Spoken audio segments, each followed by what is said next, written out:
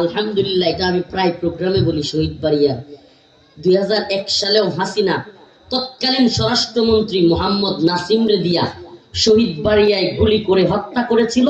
আল্লাহ পাক কিছুদিন পরে হাসিনার গদি নড়াইয়া দিছিল।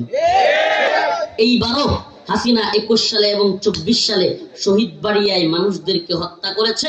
21 সালে হত্যা করেছে, আল্লাহ পাক আবারও এই জালেমদেরকে পতন ঘটায় দিয়েছে।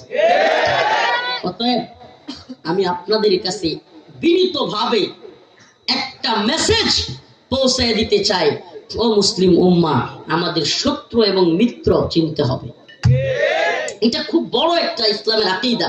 আল ওয়ালা ওয়াল বারা, আল্লাহর জন্য মুহাব্বত, আল্লাহর জন্য শত্রুতা। মুহাব্বত কার জন্য? শত্রুতাও কার জন্য? আমি কাউকে ভালোবাসবো কার জন্য? কাউকে ঘৃণা করব কার জন্য? সুবহানাল্লাহ।